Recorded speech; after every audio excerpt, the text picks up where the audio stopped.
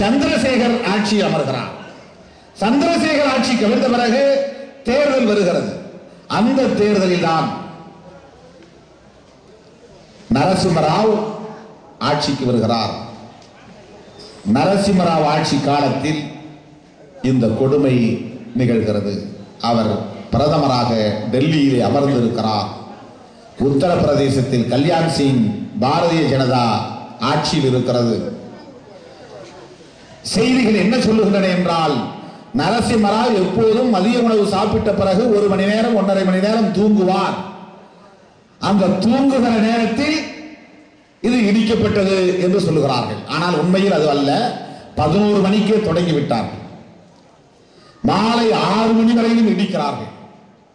நாம் சாதாரணமாக ஒரு சாலை மறியலில் உட்கார்ந்தால் போலீஸ் உடனே வந்து விடுகிறது. நம்மை அப்புறப்படுத்துகிறார்கள். நாம் எழுந்திருக்கவில்லை என்றால் தடியடி செய்கிறார்கள், மண்டையை பிளக்கிறார்கள். நம்மை கைது செய்து கொண்டு போய் உள்ளே வைக்கிறார்கள். இன்றைக்கு கூட ப. சிதம்பரம் அவர்களின் வீட்டை முற்றுகையிடுகிறோம் என்று தவ்ஹீத் ஜமாத் அமைப்பை சார்ந்தவர்கள் போய் போராட்டத்தில் கலந்து கொண்டார்கள். காவல்துறை வேடிக்கை பார்த்ததா? காலையிலிருந்து மாலை வரையில் நீ முற்றுகை செய் என்று பார்த்துக் கொண்டிருந்ததா? அந்த இடத்திற்கு உடனடியாக போலீஸ் போனது, அவர்களை அப்புறப்படுத்தியது. இப்போது சிறைப்படுத்த போய் கொண்டிருக்கிறார்கள் என்று சொல்கிறார். ஆக ஒரு குறிப்பிட்ட நேரம் தான் காவல்துறை வேடிக்கை பார்க்கும். அதன் பிறகு ஆளுங்கட்சிக்காரனாக இருந்தால் போய் தாஜா பண்ணும். ஏற்கனவே ஆண்ட கட்சிக்காரனாக இருந்தால் போய் கெஞ்சும். நம்மை மாதிரியான ஆட்கள் நடத்துவதாக இருந்தால் உடனே மண்டையை பிளப்பார்கள். அவர்களுக்கு பல வெறி உள்ளே இருக்கும். இவனெல்லாம் கட்சி நடத்துகிறான், இவனெல்லாம் போராட்டம் நடத்துகிறான் என்று சில உள்ளூர் பகையெல்லாம் இருக்கும். மேலதிகாரியிடத்திலே கேட்க மாட்டார்கள். மேலதிகாரி சேர்ந்து ஆணை போட்டால் இன்னும் வேகமாக பாய்வார்கள். நம்மை மண்டை பிளந்து அடித்து துவம்சம் செய்து உள்ளே கொண்டு போய் தள்ளி விடுவார்கள். இல்லாத பொல்லாத பிரிவுகளை எல்லாம் வழக்கு போடுவார்கள். அது வேடிக்கை பார்க்காது போலீஸ். ஆனால் எந்த அளவுக்கு இங்கே ஜனநாயகம் கேடுகட்டு கிடக்கிறது என்பதற்கு அந்த டிசம்பர் 6ஆம் நாள் நடந்த கொடுமை. காலை 11 மணியிலிருந்து மாலை 6 மணி வரையில் அந்த மசூதியை இடித்துக் கொண்டிருக்கிறார்கள் என்றால், காவல்துறையால் முடியாது என்றால் ராணுவம் என்ன கிழித்துக் கொண்டிருந்தது, எதை புதுங்கிக் கொண்டிருந்தது என்று கேட்க மாட்டாரா? யாரும் கேட்க மாட்டார்களா? என் ஈழத்தவர்களை அழித்தொழிப்பதற்காக இந்தியாவில் இருந்து 1 லட்சம் துருப்புகளை அனுப்பினார்களே, இப்போதும் அனுப்பினீர்களே.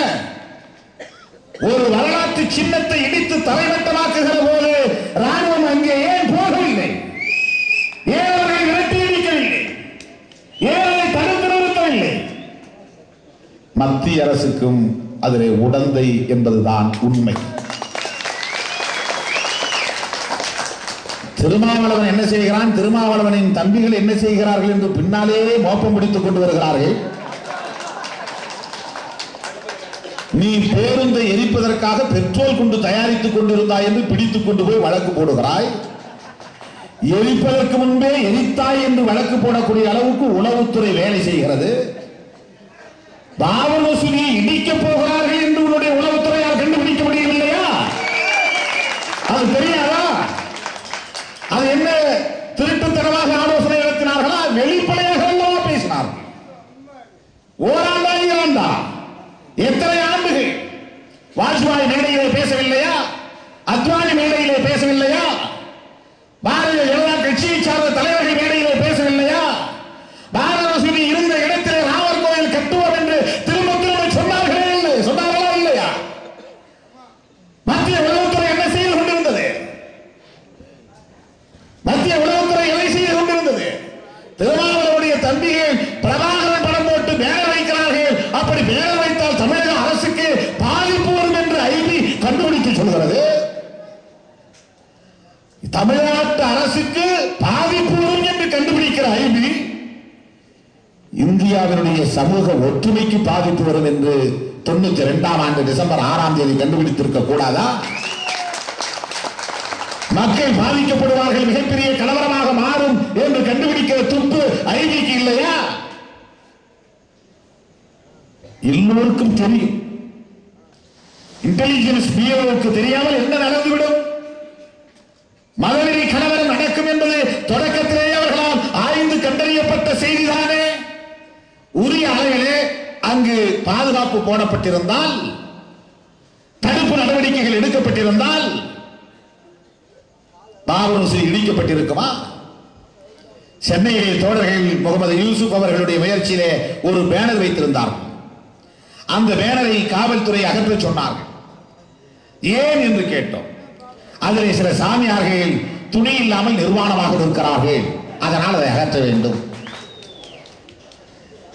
சாமியார்கள் வயதானவர்கள் துணி இல்லாமல் நிர்வாணமாக இருக்கிற காட்சி இருக்கக்கூடாது என்று அகற்ற சொன்னார்கள். அவர்கள் யார் என்றால், அந்த நிர்வாண சாமியார்கள் தான் கீர்த்தனை பாட போனார்கள், பஜனை பாட போனார்கள். அவர்களை தடுக்கிற துப்பு இந்திய அரசுக்கு இல்லையா? என்ன அவர்கள் விடுதலை புலிகள் மாதிரி AK-47 தூக்கி கொண்டு வந்தார்கள்? அரசாங்கத்தை எதிர்த்து, ராணுவத்தை எதிர்த்து மாவோயிஸ்ட் தீவிரவாதிகள் என்று சொல்லுகிறீர்களே, அப்படி மாவோயிஸ்டுகள் மாதிரியானவர்கள் ஆயுதம் ஏந்தி கொண்டு நாங்கள் பாபர் மசூதியை இடிக்க போகிறோம் என்று வந்தார்கள். சும்மா கீர்த்தனை பாட போனவனை கூட உன்னால் தடுக்க முடியவில்லை என்று சொன்னால், துணி கட்டாமல் நிர்வாணமாக போன முண்டக்கட்டையாக போனவனை கூட உன்னால் தடுக்க முடியவில்லை என்று சொன்னால், அதில் உனக்கு எவ்வளவு பெரிய உடந்தை இருந்திருக்கிறது என்பதை எண்ணி பார்க்க வேண்டும். சாதாரணமாக போலீஸை காக்கி சட்டை நிறுத்தியிருந்தாலே காவிகள் ஓட்டம் பிடித்திருப்பார்கள். ஆக இந்த லிபரல் கமிஷன் ரிப்போர்ட் மிக தெளிவாக சொல்லுகிறது, கல்யாண் சிங் முதலமைச்சராக இருந்த போது அவர் செய்த வேலை என்ன என்று சொன்னால், ஒத்துழைக்காத அந்த பகுதி அதிகாரிகளை எல்லாம் அடையாளம் கண்டு வெளியேற்றி விட்டார்கள். டிசம்பர் 6ஆம் தேதி பாபர் மசூதி இடிக்க போறோம், அதனால என்னென்ன அதிகாரிகள் இருந்தா தூக்கி வெளியே போகும். அசோக் நகர்ல நம்முடைய இடத்தை வந்து இடிக்கணும்னு முடிவு பண்ணா, திருமாவளவனுக்கு அல்லது தலித்துகளுக்கு ஆதரவா எவனாவது இருக்கானா பாருங்க அதிகாரி. யாராவது தலித் ஆபீசர் இருக்கானான்னு பாரு, அவனா தூக்கி வெளியே போடும். சாதி வரினா உள்ள கொண்டாது உள்ள போடும். அவன் சொன்னா போதும், அவன் வெளி சேர்ந்து போய் இடிப்பான். இது ஒரு ஸ்ட்ராட்டஜி, இது ஒரு உத்தி. தென் மாவட்டங்களில் கலவரம் சொன்னா கலவரத்துக்கு இந்த மாதிரியான ஆட்களை போடுறது, எவனை விட்டா அடி நொறுக்கும், அவனை பார்த்து உள்ள போகும். எந்த அதிகாரிகள் அங்கே போட்டா சரியா வேலை செய்யும். அந்த மாதிரி தீவிரவாதிகள் ஒழிக்கிறோங்கிற பேர்ல எவன் அடிக்கடி துப்பாக்கியால சொல்றான்னு சில பேர் சில ஐடென்டிஃபை பண்ணி வச்சிருப்பாங்க. அவன் தான் வந்து தீவிரவாதி, இவன் தப்பிச்சு ஓடனா என்ன சுடுறதுக்கு வந்தா நான் அவனை சுட்டுட்டேன் அப்படின்னு ஒரு ஸ்டேட்மெண்ட் கொடுப்பான். அந்த மாதிரி ஆளை செலக்ட் பண்ணி போடுவான்.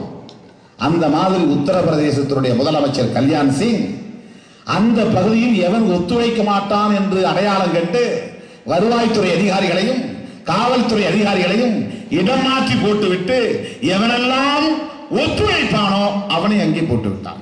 இதை யார் சொல்றது? லிபரான் சொல்றார்.